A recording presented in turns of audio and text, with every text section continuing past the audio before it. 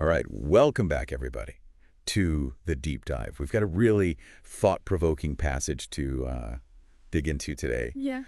from a devotional, actually. Interesting. It's a reflection on Jeremiah 29:11. Okay. For I know the plans I have for you. Yeah. Familiar with that one. But before anyone clicks away thinking this is getting all, preachy, Right. we promise this deep dive is for anyone, really. Absolutely. It's about that universal feeling of uncertainty we all face, Yeah. and how this idea of trusting in a bigger picture Right. can be pretty powerful. Yeah. I'm really intrigued by how this verse and the reflection kind of zeroes in on that very human need Yeah. for reassurance, like even when our own best laid plans kind of fall apart, there's this comfort, I think, Right. in believing that maybe, just maybe, there's a sort of grand design unfolding. Okay, I get that, but isn't there a bit of a danger in that? I mean, couldn't this idea be kind of twisted? Like someone could use it to explain away anything, even bad stuff, just saying, "Oh, well, it's all part of the plan." That's a really sharp observation, and it underscores why it's so crucial to grasp what we actually mean by prosperity here. Yeah. You see,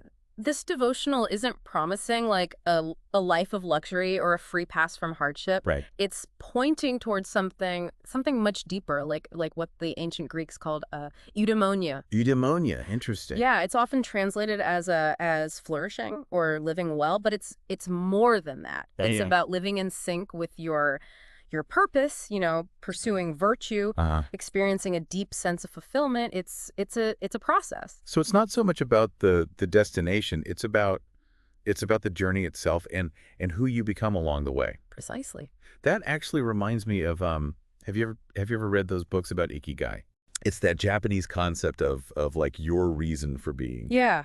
No, I love that. There's some real parallels there. Totally. And it's a great segue into what the devotional highlights as the real takeaway here, Right. which is, are you ready for this? Yeah. To identify the areas where we struggle to trust. Because you see, if prosperity is truly about this journey of growth and fulfillment, Right. then the places where we're clinging to control, those are actually the things that can trip us up, that can hold us back. It's like we're gripping the steering wheel so tight that we can't even see the road ahead, let alone enjoy the ride. It's such a good analogy, yeah. But how do we even begin to pinpoint those areas? The ones where we're being, well, control freaks. Well, that's where things get really fascinating, because the devotional suggests that we look closely at those moments when we feel anxious, overwhelmed, frustrated. Like those feelings, those are often clues. They're pointing to where we're resisting, where we're pushing against the current, where we're trying to force our own plans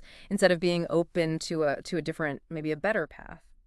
That really resonates with me. I think about all those times I've gotten stressed out over stuff I have zero control over, like traffic jams or obsessing over decision that's already been made. Right. It's like my mind is stuck on this hamster wheel of worry. Yeah. But to what end?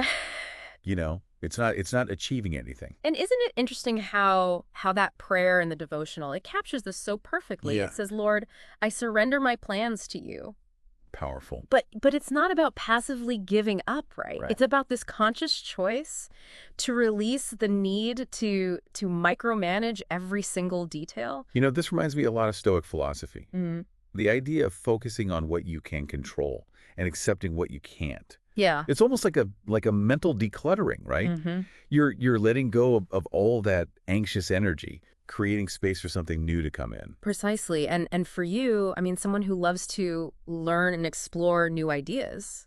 Yeah. That something new, that could be the most exciting part. Right. It's like you're saying, okay, universe, I'm open to the possibilities. Show me what's out there when I let go of this need to control everything. I love that. So to sum it all up, it really boils down to trusting in a plan that's bigger than ourselves. Yes. Understanding that prosperity is more about aligning with our purpose and experiencing true fulfillment, and then having the courage to surrender those areas where we're holding ourselves back. Absolutely. And if I could just leave you with one final thought to ponder, Yeah. it would be this: if there is this plan for us, as this verse suggests. Yeah. What clues can we find in our own lives? Hmm. Our passions, the things we're drawn to, the things we love, the things we're good at, even the challenges we face, those could be whispers, hints of that plan revealing itself, Well, guiding us toward the path of growth and fulfillment that maybe we haven't even